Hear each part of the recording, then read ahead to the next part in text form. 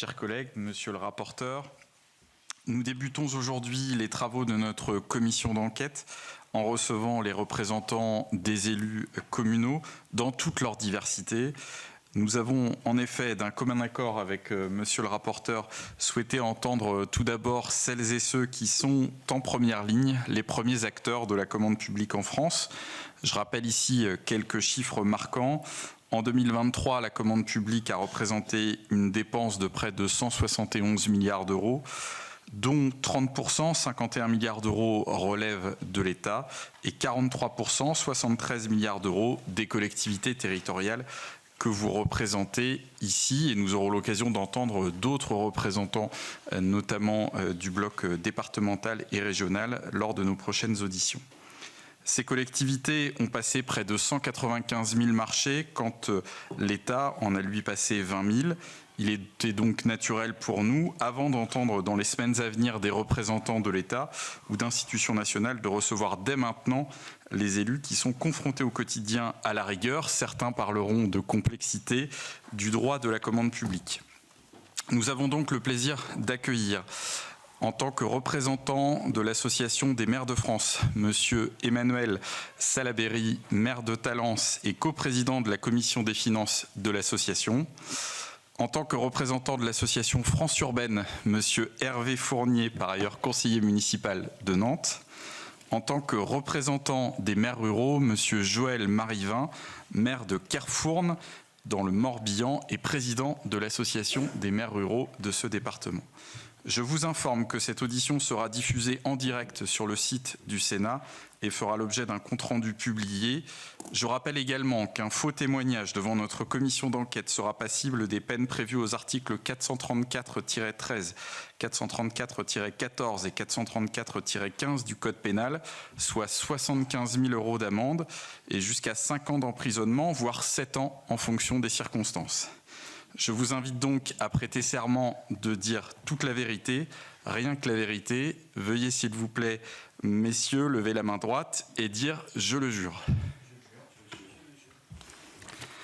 Merci. Notre commission d'enquête n'a pas vocation à répéter les constats bien connus sur la commande publique ou à formuler des incantations généralistes. C'est un état d'esprit que nous partageons avec monsieur le rapporteur, qui serait sans lien avec l'expérience des élus qui en font usage au quotidien. C'est pourquoi je vous prie, et nous vous prions avec monsieur le rapporteur, de bien vouloir nous présenter systématiquement un exemple concret de marché ayant permis de cerner des difficultés particulières qui peuvent être d'ordre juridique, économique ou administratif et concerner aussi bien la passation des marchés que leur exécution. Votre témoignage nous sera particulièrement précieux pour identifier ou confirmer les difficultés récurrentes rencontrées par les élus locaux en matière de commande publique et faire apparaître sur des points précis un besoin de simplification ou d'évolution de la réglementation, au bénéfice également de nos très petites et moyennes entreprises. Je vous laisse maintenant la parole pour une intervention liminaire d'une dizaine de minutes chacun.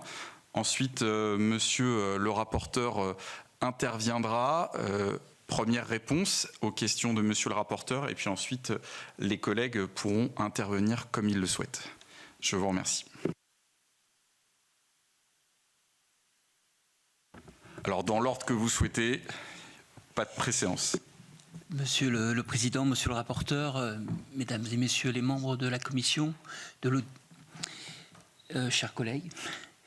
Donc je suis Hervé Fournier, conseiller, vous l'avez dit, municipal de la ville de Nantes et conseiller communautaire à la ville de Nantes en charge de la commande publique. Et à ce titre, aussi coprésident d'un forum au sein de France Urbaine sur le sujet. Et c'est à ce titre que je vais témoigner de l'expérience et des territoires adhérents à France Urbaine. Alors France Urbaine, c'est un regroupement de grandes collectivités, des grandes villes françaises de plus de 100 000 habitants et des EPCI de plus de 250 000 habitants. Nous sommes une centaine d'adhérents. Alors la commande publique à France Urbaine, elle existe, j'allais dire, dès lors qu'elle participe du suivi et de l'animation des politiques, des différentes politiques publiques thématiques au sein des collectivités.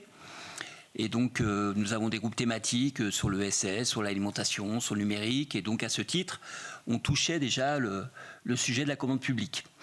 Et depuis quelques années, nous avons souhaité approfondir, j'allais dire, la culture et l'expertise et les compétences autour de la commande publique. Et c'est pour cela que nous avons un forum des acheteurs consacré et destiné aux agents des collectivités, de nos collectivités, et un forum d'élus qui se réunit à peu près tous les 2 mois pour évoluer et partager leurs pratiques sur le sujet. Alors notre mobilisation aujourd'hui, elle est prioritairement destinée à la révision des directives européennes, celle de 2014 sur les marchés publics, les concessions, enfin tout ce qui nous emmenait sur la culture de la libre concurrence qui, déclinée dans le Code des marchés publics, nous amenait à constater un certain nombre de freins dans nos capacités, et nous y reviendrons, j'imagine, dans cette audition. Et puis, ce groupe d'élus est aussi très mobilisé sur, je l'ai dit, des retours d'expérience sur la question alimentaire. On s'est beaucoup mobilisé là-dessus, j'y reviendrai également. Sur l'économie circulaire aussi, dans le cadre de la loi AGEC ou dans le cadre de nos politiques publiques. Alors, puisqu'on fera des allers-retours entre des injonctions, ou en tout cas des obligations réglementaires, et puis des politiques publiques sur les sujets qui nous intéressent.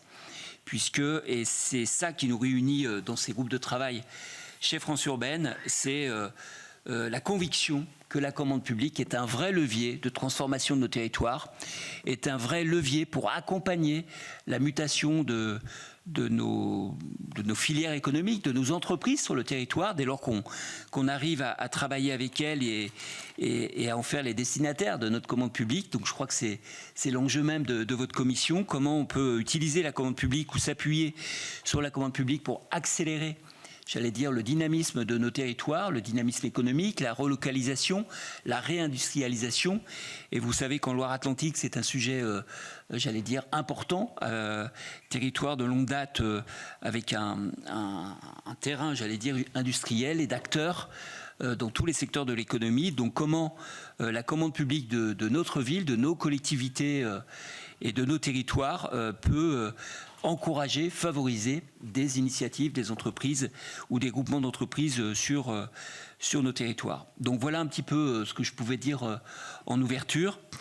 Donc juste pour le formalisme, donc nous vous livrerons d'ici quelques jours une note écrite qui répond à toutes les questions que vous nous avez posées et des pièces annexes telles que vous l'avez souhaité également, qui peuvent être des SPASER, donc des schémas de promotion des achats responsables des collectivités, mais aussi des documents inspirants aussi pour notre groupe de travail d'élus, ou des notes de travail ou des avancées faites par France Urbaine. Et je termine en mentionnant un plaidoyer de France Urbaine pour faire évoluer le Code des marchés publics, pour faire évoluer les directives européennes, je vous l'ai dit, mais aussi pour prendre sa part aussi dans le débat sur les projets de loi et ce qui va venir sur la loi de simplification administrative, dans lequel, là aussi, on peut pousser quelques micro-sujets qui relèvent de l'agilité de la commande publique pour ces prochains mois, ces prochaines années. Merci pour votre attention à ce stade.